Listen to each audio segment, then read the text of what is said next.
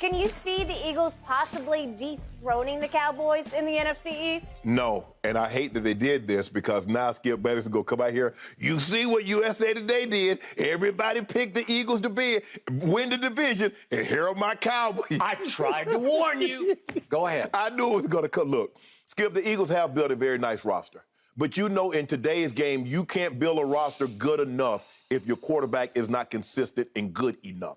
And this is where I give the Cowboys the advantage because I still believe Dak Prescott, with all of his issues and deficiencies, I still believe he's a better quarterback than Jalen Hurts. And until Jalen Hurts show me that he can consistently and accurately throw the football, I'm not going to believe in him. He's 26th last year in completion percentage, only ahead of Baker Mayfield, Sam Darnold, and 3 rookies. In the playoff game against the Tampa Bay Buccaneers, he was 5 of 21 on throws of 10 yards or more down the field. That is not good enough to win the division, even that poor division, because I believe Dak Prescott can throw better than Jalen Hurts. And look, Skip, it's very fortunate for the Cowboys and unfortunate for everybody else that they're in a bad division. This is why they're normally one and done once they get to the playoffs. And Jerry can do all this, the Bible, and we need to be in the playoffs and yada, yada, yada. You've been 30 years, almost 30 years. You're coming up on 27 years since you last won a Super Bowl. When was the last time the Cowboys were viable in the playoffs? Viable in the playoffs, Skip, you got to get to at least one championship game in 27 years. You got to get past, that's it. Just do that. Forget the Super Bowl. Bible, I say, you know what? Hey, Skip, in those 27 years, y'all did make it to 5-6 NFC championship games. Hey, the better team just won. You haven't done that. So basically, for the Lions' share, you've been one and done. At least a couple of times you've gotten to the division, and then you laid an egg once you got to the divisional round. But I just want to know. We've all read the story about the boy crying wolf. He cried. And when the wolf finally did show up, nobody believed him. How many times are we going to allow Jerry Jones, Cowboy Nation, how many times are you going to allow Jerry Jones to cry wolf and tell you, oh, we Bible, oh, this is the team. And then, Steven, I agree with Jerry. I think this is a good team. We got a good team right here. Stop. You're in a bad division. And as long as you're in that bad division, you got Dak is the best quarterback. And normally what happens, the best quarterback, more times than not, occasionally things happen, but more times than not, when you're the best quarterback in a division, you normally win that division because that's what the game has evolved to, even more so than in the past. At least you could have a defense and it could carry you past someone that had a great quarterback. No longer is that true. So for me, Skip, I don't believe it. I believe the Cowboys will win this division. And I look at the 2 games against the Eagles last year. The Cowboys scored 41 and 51 points. Okay, but the second game was against the practice squad. It was the silliest exhibition of a game I've ever watched. Okay, you know what, Skip? I'm going to cross that one off. Thank you. 51 points. They scored, that didn't count. Remember, they scored 41 points in the game that they played this starter. The franchise record for touchdown passes in a game against the practice squad. But they did score 41 in a meaningful game. They did. Earlier in the year. Yes. The Eagles did make the playoffs last year with a big closing rush. Just for the. I gave you that, and I watched them against Tampa. Did you see that game? I did. Dan Quinn should be not just the coordinator. He should be the head coach. We got to see him one fateful Thursday night at New Orleans when Mike McCarthy had COVID and had to stay back in the hotel in Dallas. And Dan Quinn put his cap on backwards. Well, see, that's where he lost the job right there. No, he did. That was the end of him. But he put his cap on backwards, and he's butt-slapping everybody up and down, and there's actually some energy on the sideline, and I'm excited watching. I agree. I want to, suit up. I want to pad up and go out and thump somebody because Dan Quinn brought a little vitality to my sideline that has been missing with old dead-headed Mike just standing there like a bump on a log looking up at the scoreboard like, I don't know. Should I challenge that? But I don't have it. I've already used my challenges, so I don't have any more. I blew the last challenge, so maybe I shouldn't. Okay, so in the end, I think Jerry is virtually conceding to you that we're not what we were a year ago. Right. And I don't think he's doing it like playing possum. I don't think he's trying to bamboozle you. We're going to talk later about he says he bamboozled the league out of Dan Quinn. Baloney, you did.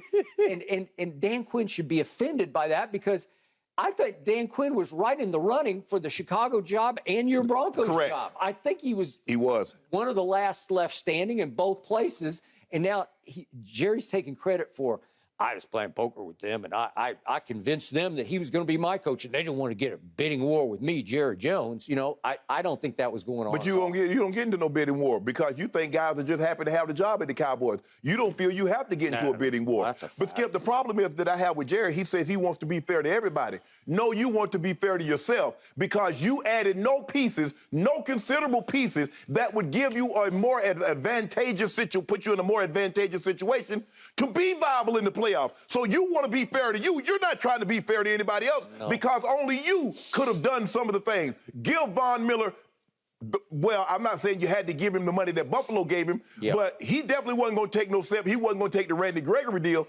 coming off the playoffs that he had just had. Considering that he still seemed like he got juice in the tank, he wasn't going to take pennies on the dollar, Jerry. So being fair, Jerry's like, I want to be fair to myself because I know I didn't really add any pieces that's going to make us any more viable in the playoffs than what we've been in the last 27 years. Okay, I got it. Nothing happened. They're not better than they were. They're not. I was okay with giving up Amari even for what they got, a fifth back. It's some addition by subtraction. But you heard what he said, though, Skip, about Amari. He said availability. He said accountability and availability. I know. Okay. I told you, I said Jerry Jones was upset that Amari didn't get that vaccine. Okay, I got it. But he also did not go out of his way to replace Amari with another Amari. Is there another Amari? Is it Jalen Tolbert? Jerry was making the case. We got Micah last year. Micah had impact as a rookie. Maybe it could happen again. What are the odds that you drafted another Micah Parsons? You think it's Tyler Smith? Do you think it's Jalen Tolbert? No, Micah Parsons was the unanimous defensive rookie of the year. I don't think Jalen Tolbert is going to be the unanimous offensive rookie of the year. I hope he is, but I sincerely doubt he's not. Okay, so now I'm looking at USA Today. Nate Davis, and I respect this immensely here, and it didn't shock me at all that he makes the case for the Eagles going 11-6 and winning the division by one game over my Dallas Cowboys. And his logic is that Jalen Hurts spearheads what became the league's #1 ground game in 2021. It did. They led the league in rushing. He now has A.J. Brown to anchor. The receiving core is fronted by a standout offensive line. It's better than the Cowboys. Yeah, just I agree. Side to side, it's just better. We're aging, and we got two spots that are below average to me, and I'm being nice about that. And he's backed by a solid defense, and I'll give you that. It's solid. It's not spectacular, but it's solid. Not to mention playing in what seems like the relatively weaker conference, which brings me to the Eagles' schedule. I got to tell you, just in overall win-loss records from last year, Dallas is tied with Washington for the easiest schedule in the NFL this year, just off last year's one loss. Okay. The Eagles are just a tick behind. But when I look at the Eagles' schedule, I got to tell you, their schedule's easier than Dallas's. Dallas has to open with Tampa and Cincinnati. And the last time I checked, Cincinnati did make it to the Super Bowl last year. Yeah. And I believe Tampa will make it this year. Oh, Tom throws for 500. Okay, well, he just well might. As Trevon Diggs gambles and loses for about 200 of those yards, right? Okay, so my point is the Eagles don't have to play Tampa and they don't have to play Cincinnati, and we have to open, albeit at home. But I always tell you about my team, I actually like them a little better on the road because their home is like a home away from home because it's like the world stage. Everybody wants to play the Palace, the Jerry World, right? It's heavyweight fights and it's They get concerts and big concerts. monster trucks. Yeah, a monster truck. All that's there. It's like, we're just another showcase item for Jerry Jones and his palace, right? Okay, so they go, look at this. They go Bucks and Bengals to start off with. Well, I'd like them to win one of those, but I'm going to doubt it. I'm just going to doubt it. Joe Burrow's got an appendicitis, but in this day and age, they're getting better and better with that. And I think it's like a 3 or 4 week thing, and I think he'll be ready. Then we go to the Giants, and we got Washington at home. And I told you the other day, I would like to think we could win both of those because we'd better, because then we go to the Rams and we go to the Eagles on a Sunday night. Well, those are hard games, man. So the odds are that we're going to go 2-4. Some people might think we could go 1-5 in those. Okay, it's hard. Okay. Meanwhile, back at the ranch, the Philadelphia Eagles. Look at this. They open with. They go to the Lions, but they should win that game. And then they get Minnesota at home. They go to Washington. They get Jacksonville at home. They go to Arizona, and then they get the Cowboys at home. Well, it's possible they could win all but one of those games. Maybe Arizona would be a little dicey on the road. But then It all depends on if Kyler Murray studies that okay, week. I don't know. I don't know. I don't know how that's going to play out. A lot of the prognosticators don't love Arizona overall, irregardless Before they heard this. of the homework clause. Okay, then the Eagles have Pittsburgh at home and at Houston, and then Washington at home and at Indy. I'm here to make the case, and you can laugh at me if you want. If they get off hot, there's a chance they could win their first 10 games. It's against the odds, and the odds are they'll probably go 8-2 in those games. But what if they do go 8-2? Heck yes. This begs 8-2 for that team. Now we're back to Jalen Hurts. I'm a big fan. I became a fan of his at Oklahoma. You say, what happened at Alabama? Why did he get to Oklahoma? Because Saban said nope and went with Tua. Well, look at Tua now and look at Jalen now. I think Jalen is proving to be the better NFL quarterback than Tua. It's hard to argue that as we currently speak. Here's what's even harder for me to even get out of my mouth. I have so much respect for Jalen's intangibles. And you know and I know, we talk about it every day. This position is mostly played with intangibles more than tangibles. Mm-hmm. He is not a great thrower of the football, but he's an effective thrower when need be. He's good enough. I told you it's Tebow-esque, but he's better than Tebow as a thrower.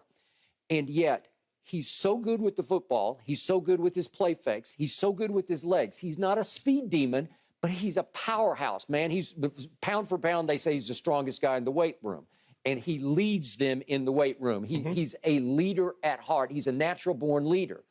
I'm just here to say that I believe this year, or fear, that Jalen Hurts will play more consistently effective quarterback than Dak Prescott will. Wow. And I say it only because Dak just roller coasters me to death. I can't. He gets off hot, and then he hits the wall. You think Kyler hits the wall? What about Dak last year? Yeah, he did. Did he not hit the wall about as hard as you can run into Well, it? that's kind of been Dak's MO. And it has been. And I don't know why. It's not like the league figures you out, I don't think, with the kind of offense that they play. Let me ask you a question. More calls. You like Jalen Hurts' intangibles more than you like Dak's intangibles? Yep, I do. Wow. Well, listen, Jalen Hurts is a 1 in a million as far as leadership, gamesmanship, just the guy you want to follow into battle. He's not a gifted thrower of the football. I'm with you. I got it. And you, in the end, you always say, with Lamar, you say, well, you got to beat people from the pocket in the end, or you're just not, your ceiling is going to be low. I mean, when was the last time a team that led the league in rushing won the Super Bowl? Okay, you got it. Eventually, you're going to have to throw the football. And once you get to the playoffs, Skip, teams are going to make you beat them with the thing that you're least good at. So whatever you're least good at, a team's going to force you to that area of your game. Okay. So if you're not good at throwing, they're going to stack there and say, okay, we're going to make you throw the ball from the pocket. We're going to make you beat us throwing the football. So we're going to find out. You believe in Jalen Hurts. You believe in his intangibles, and there's no question about it. He's a leader. Guys will gravitate towards him. Guys will follow him. But at the end of the day, you're going to have to throw the ball from the field effectively, efficiently, and accurately. Well, Dak is a much better thrower. And that's a much better thrower, but it doesn't manifest itself down the stretch in big games. Yes. Okay. Do we have to do the litany again? Do we have to say Denver at home, you're down 30-0 going to the fourth quarter, and then the Raiders on Thanksgiving, and do I have to keep going? It's like Arizona at home. His thing is consistency as far as winning the games. I think Dak throws the ball plenty good enough. Now, he's going to have, he's going to skip one here or there, but I just think that based on what I've seen thus far, Dak is a better thrower, because I do believe the Eagles roster is slightly better than the Cowboys. It just is. I'm sorry, it just is. From top to bottom, side to side, it's a little better, in large part because the momentum they created with all their additions in the offseason, and their draft wasn't good. It was really good because they got the 2 Georgia kids. They will contribute immediately to their defense. Well, I want to see what your special team's going to do this year. My specialty? Yep. Oh, we don't even have a kicker. You better get one, because games come down to kicking game. Okay, well, it cost you a couple last year. And it probably costs us a couple again. I'm not saying Jalen Hurts is going to win the Super Bowl. We're just talking about the least, the NFC least. It's the worst division. It's still the worst division. Yeah. And it's why all 4 of the least teams are playing what shapes up as the easiest schedules because they're getting the easiest teams to play. Right. Because they're terrible. They were last year. Yeah, y'all are. So I'm only saying I'm giving Jalen Hurts, or I'm fearing that he's going to have the edge over Dak just in the division. And again, I'm pretty much with the USA Today prediction that they're going to go 11-6, and Cowboys are somewhere 11 or 10. I said 11 yesterday. I got them at 10 and 7. Okay. Well, are they going to lose it by game? Are they going to eke in as a wild card team the way Eagles did last year? And then what? If they go on the road to the Y'all Rams, ain't beat nobody on the road. When the last time the Cowboys won a road playoff game? Well, that's a hard one. Well, it had to be prior to 95. Okay, well, they're 4-11 in the playoffs since that Super Bowl. So Okay. I don't even know. And all the wins have come at home. Yeah, I'm thinking. They beat the Eagles. You Yeah. had to beat the Eagles at home. They beat Russell Wilson at home. What am I forgetting? They beat Detroit at home on that bad call. I can't remember the other one, but it was at home. Yeah, it had to be at home. So you're right. I mean, you got me. The last time they won a road playoff game, you're probably going to have to go way back When they beat, they beat Harbaugh at. what about did they beat San Francisco, the 49ers, the year they that won was the Super Bowl? That's the first breakthrough year. Yeah. They went to Candlestick Yeah. one. That would be it. I was thinking the year before they went and beat Ditka and Harbaugh Right. in Chicago. Right. Okay. So yeah. So Skip, that was 30 years ago. 30 years ago. Okay. So you got me. But we're just talking about the NFC East, and I give Philly, unfortunately, the edge. No. And I believe Jerry was basically saying, I give up yesterday. I think he said, we failed. We had our shot It last ain't we, year. you. Huh? It ain't no we. He's Skip. He's the failed. puppet master. He controls He's everything. got it all. I know. He's the lifeblood of my Cowboys, fortunately or unfortunately. Yeah, unfortunately, yeah. Yeah. Thank you for watching. You can subscribe here to get the latest from the show, and be sure to check out more of the best clips from Undisputed, or go watch a few other segments from our other shows on FS1.